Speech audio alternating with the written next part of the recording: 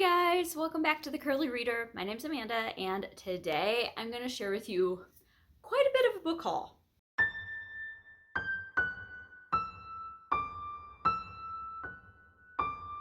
Alright, so you would have thought that after my spending spree in Asheville with my friends that I would know how to show some restraint and not buy any books for a while. But no, that was not the case. Not by a long shot. So I have quite the book haul for you here today. I have things I bought from my library. My library has a shelf in the front where you can buy books occasionally when you go in. So I have some from there. I have some from some thrift stores.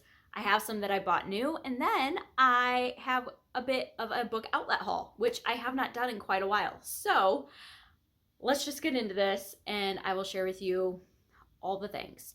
So let's start with the books that I bought from my library. So like I said, my library has a shelf at the front where you can purchase used books.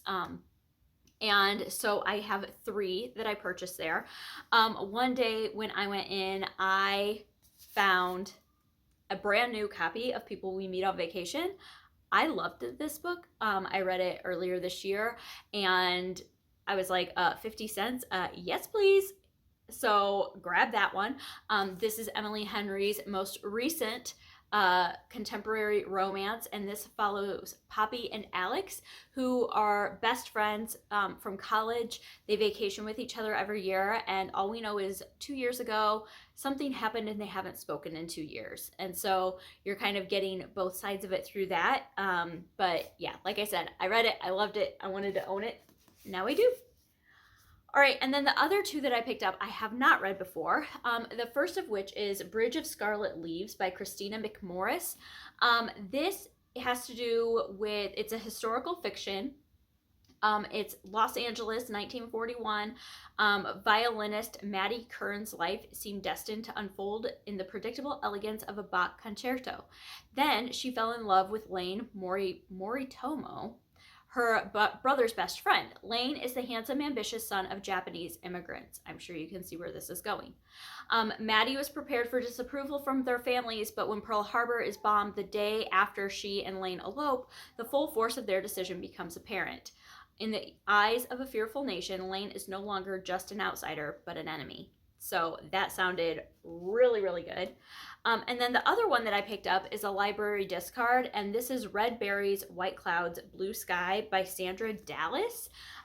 This is a middle grade book that also has to do with World War II, I believe. It says Pop's business was a strawberry farm, and one day he pointed to the red berries, the white clouds, and the blue sky. He told me those were the colors of the American flag, the flag we raise in our front yard every morning.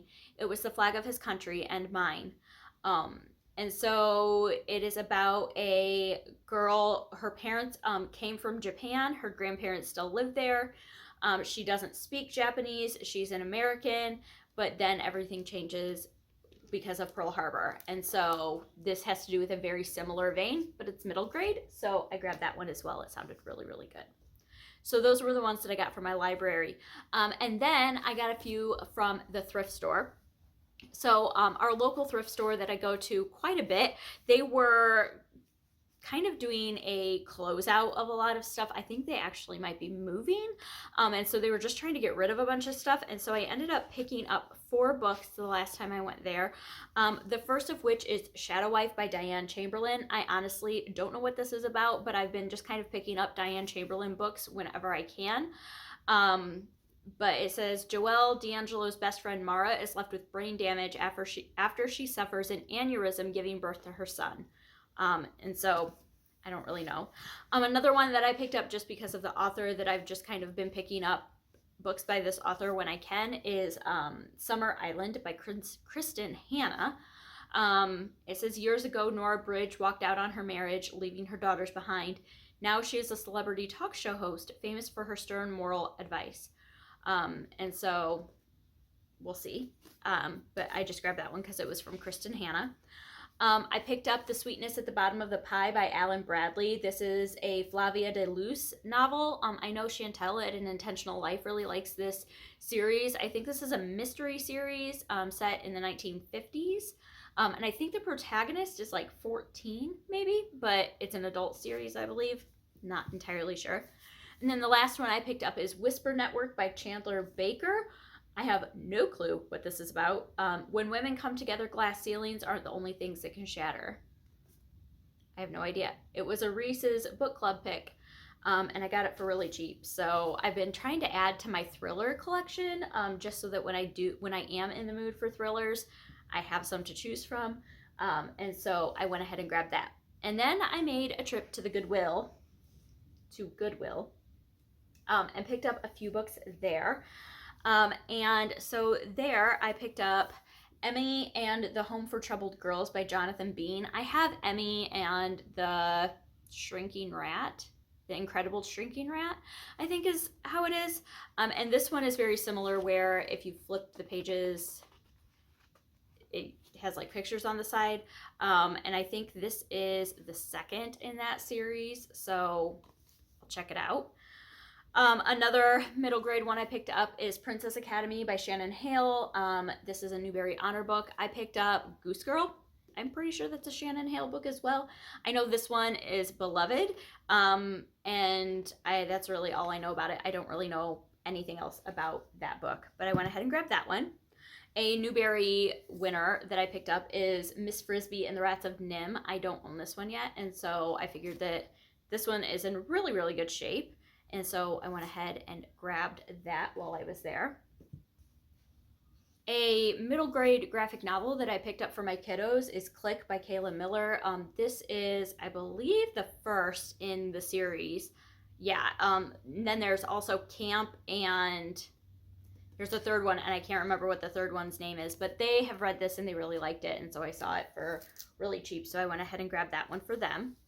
Another one that I was able to find, this is actually a library discard, is Macy McMillan and the Rainbow Goddess by Sherry Green. This is an amazing book. I love, love, love this book.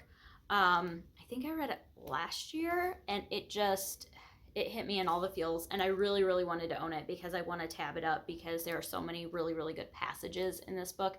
This is a middle grade book told in verse about Macy, who she is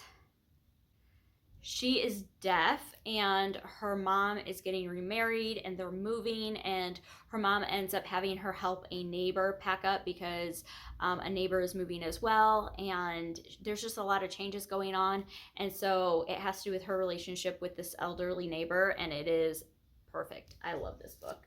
I'm really, really, really glad that I was able to find that one.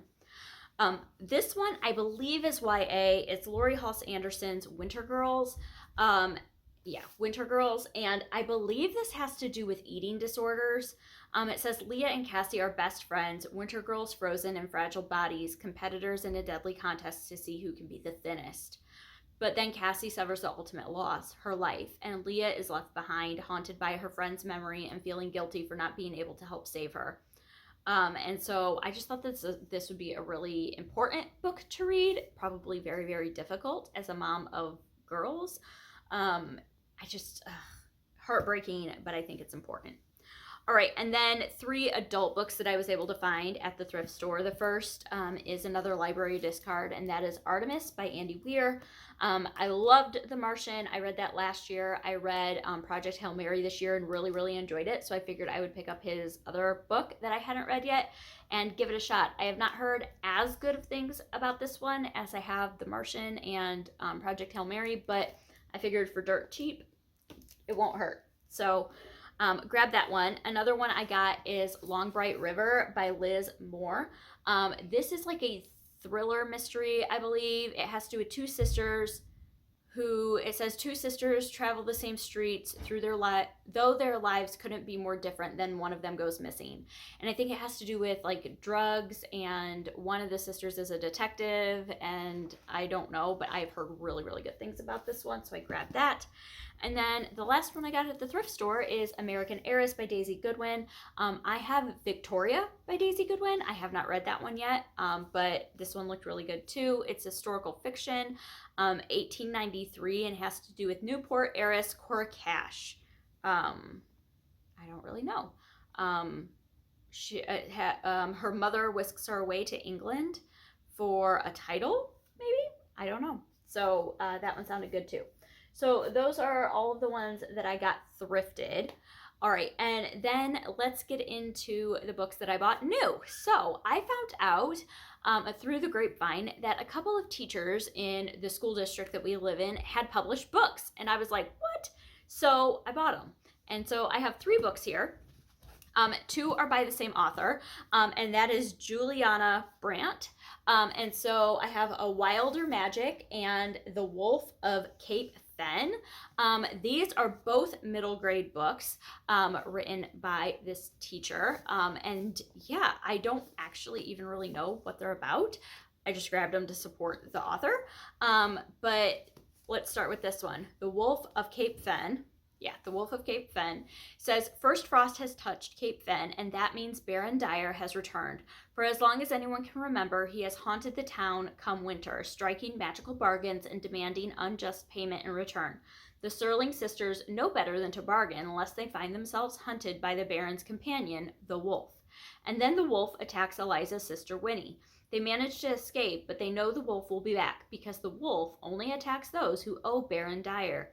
Winnie would never bargain, so that must mean someone else has struck a deal with Winnie as the price. And then so Eliza embarks on the journey to save her sister. She untangles links between everything. Yeah, so that's that one.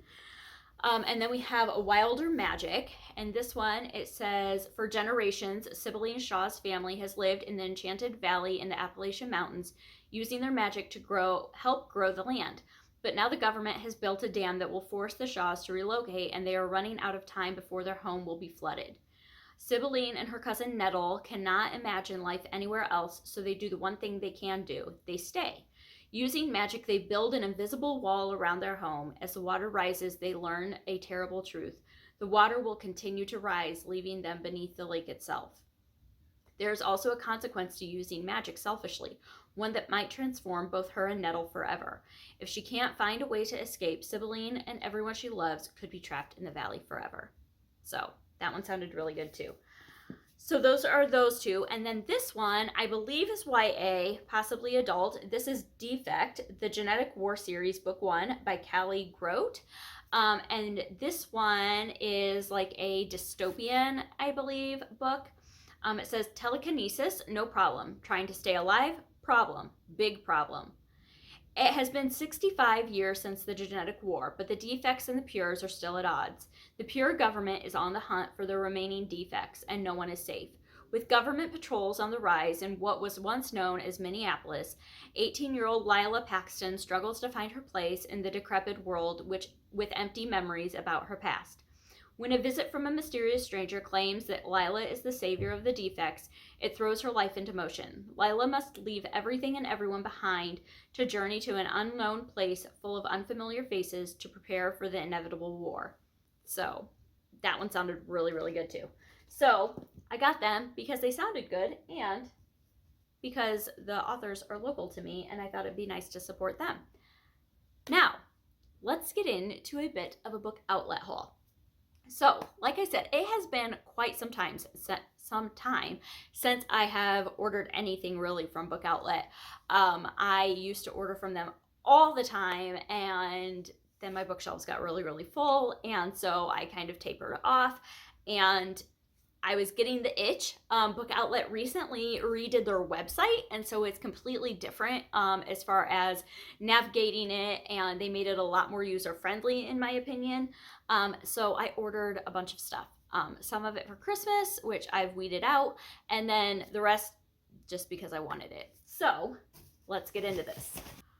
The first 3 things that I ordered are actually puzzles. And so I ordered 2 of these flow puzzles. These are puzzles that Krista from Books and Jams had kind of turned me on to. This one is the first one I ordered. So this brand, she says, is really nice. The brand is Flow, and I've been eyeing them on like Amazon and stuff. And then this is the other one I ordered, Dare to Dream, and it has a girl in a hanging chair with a book and a zebra and just fun stuff. So I ordered both of those flow puzzles, and then I also got myself a Christmas puzzle. So I got this one. Hopefully you can see it. And it's just Santa's Workshop, and there are 12 elves hidden in the puzzle. So I thought that that would be fun to do over the holidays with the family. So I ordered those 3 puzzles and then a bunch of books. So the first book that I have here is one to round out a collection that I have, and that is The Good Thieves by Katherine Rundell. I have all of Katherine Rundell's other books, and so this was the last one that I needed to finish off that collection. I read all of Katherine Rundell's books, I think during middle grade March. It was earlier this year, and this was one of my favorite ones, and so I definitely wanted to own this one, and so I grabbed this one. This one is set in the 1920s, I believe, and it has to do with these kids that are trying to perform a heist, and so it's a lot of fun. All right, another one that I got is Poems to Live Your Life By, chosen and illustrated by Chris Riddell, and I really just loved this cover and the fact that it's a poetry collection. There's lots of illustrations in here. There's lots of different poems by different authors, and I just thought it would be a really fun book to add to my shelves. So I went ahead and picked up that one.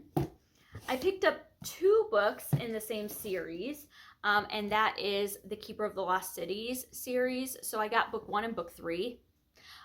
They didn't have book 2 on Book Outlet. So this is a very well-beloved middle grade series that I have been eyeing and wanting to pick up. And so I found these 2 on Book Outlet. I'll probably grab book 2 somewhere else. But this has to do with, I think, a girl who finds out that she's an elf, maybe. I don't exactly know, but I just know a lot of people really love them. So I grabbed both of those. All right, let's see. What else do I have in this box? I picked up The Boy at the Top of the Mountain by John Boyne.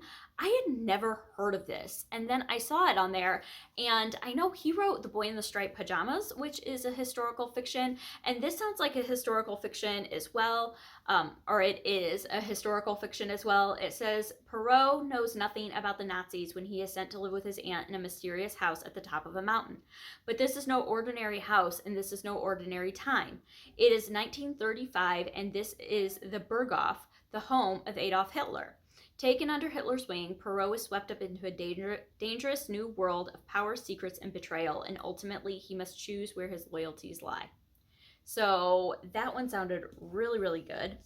Another one that I grabbed is Which Way Home by Maria Keeley. This is one that I think I had on my anticipated releases maybe. At some point, it was on my radar. I know that. It has to do with it's the riveting story of a young girl forced to flee her country in the aftermath of World War II. And I believe it's set in Czechoslovakia, which I have never read anything set there that I know of. So it has to do with this family that escapes into the woods, I think. So I grabbed that one. I was very excited to find that. All right, let's see what else is in this box. Ooh, I don't know if this is YA or adult, but I picked up The Kingdom by Jess Rothenberg. This one I am very intrigued by. I have heard really good things about this book. It says, Welcome to the Kingdom, your wishes are a command. Glimmering like a jewel behind its gateway, the Kingdom is an immersive fantasy theme park where guests soar on virtual dragons, castles loom like giants, and bioengineered species formerly extinct roam free. It's also home to the Fantasists, 7 beautiful android hybrid princesses whose sole purpose is to make dreams come true. As one of the most favored fantasists, Anna, I'm guessing, adores her life at the park.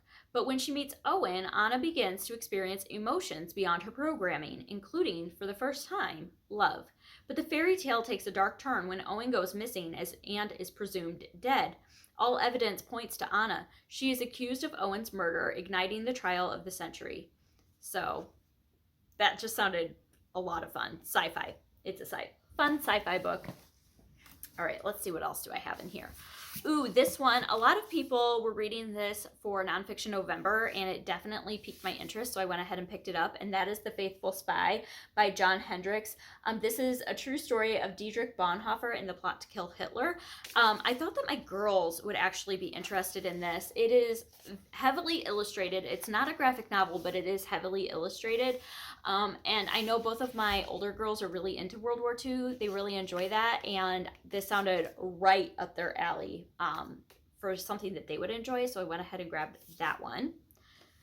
All right, I picked up 2 Monica Hesse books, the first of which is They Went Left. This is a World War II historical fiction. It's been 3 years since Sophia was separated from her younger brother, Abek. She promised him that she would find him again and they would rebuild their lives, even knowing their entire family was just sent to the left, to the gas chambers at Auschwitz. A shell of her former self, Sophia's journey to fulfill that vow brings her to a displaced persons camp where everyone she meets is trying to piece together a future from a painful past. Like Brienne, a former heiress who now longs only for a simple wedding dress with her new fiancé, and Joseph, who guards his past behind a wall of secrets and is beautiful and strange and magnetic all at once. So yeah, anyway, it has to do with that, post-World War II. And then the other one I got from Monica Hesse is The War Outside, and this has to do with 2 different girls, I'm pretty sure in an internment camp. Yeah, one of them, Margot, gave up everything to keep her family together, and now they are together imprisoned in the Crystal City family internment camp, worlds away from their German-American farm community in Iowa. But as the camp changes them piece by piece, Margot begins to wonder what will it take to keep her family whole. And Haruko tries to maintain a facade of serenity in the camp, making friends at high school and shopping at the general store. Yet Haruko feels anything but serene, suffocated by dust heat and her deepest fears that her own father is hiding something from her, and that her soldier brother fighting for the Japanese-American unit of the U.S. Army is hiding something from everyone. And so they become friends, and it's about them. So, all right. Another historical fiction I picked up is the Angel of Greenwood by Randy Pink. This one was put on my radar earlier this year, and this has to do with Greenwood and the riots there, or the events, let's say, there that basically it was Black Wall Street and Tulsa. That's where it was at. I knew where it was at. I couldn't think though. So yeah, it has to do with what happened on Black Wall Street in the 1920s, where a white mob basically burnt down this very wealthy, well-off black neighborhood. And this has to do with that. And so I'm very, very interested in that. And then the last book, I'm looking around to make sure I didn't forget anything. The last book that I have here is another historical fiction. Who's surprised? And this is a new one to me. This is a cover by, and this is Under the Ashes by Cindy Rankin. And this has to do with the 1906 San Francisco earthquake and the fires after that. 11-year-old Elizabeth Morgan is staying with her aunt in San Francisco when the Great Quake strikes. In a city that is broken and burning, she must find a way to survive. So this one's middle grade, and it just has to do with that. I read Nature of Fragile Things earlier this year and really enjoyed it, and so this kind of reminded me of that. So I figured I would grab this and see if I like this one too. So that's it. That's all. That's all, folks. I am not buying any more books until after Christmas. We'll see. That's the game plan. Oh, I forgot one. I also recently bought Cross Country Christmas by Courtney Walsh. That was on my December TBR. I did purchase that one too. That's not here, but I purchased that one new because I wanted to read it in December. So I got it. So anyway, all right, that's it. If you've read any of these, let me know which ones I should prioritize. Let me know your thoughts, your opinions, all the things. And yeah, I have a link down below if you have never shopped at Book Outlet before. They have fantastic prices on books. Great for gift giving. I buy my kids stocking stuffers there. And so Yeah, and then like I said, stuff for myself, and I got the puzzles there. They have puzzles, they have activity kits, they have all sorts of stuff.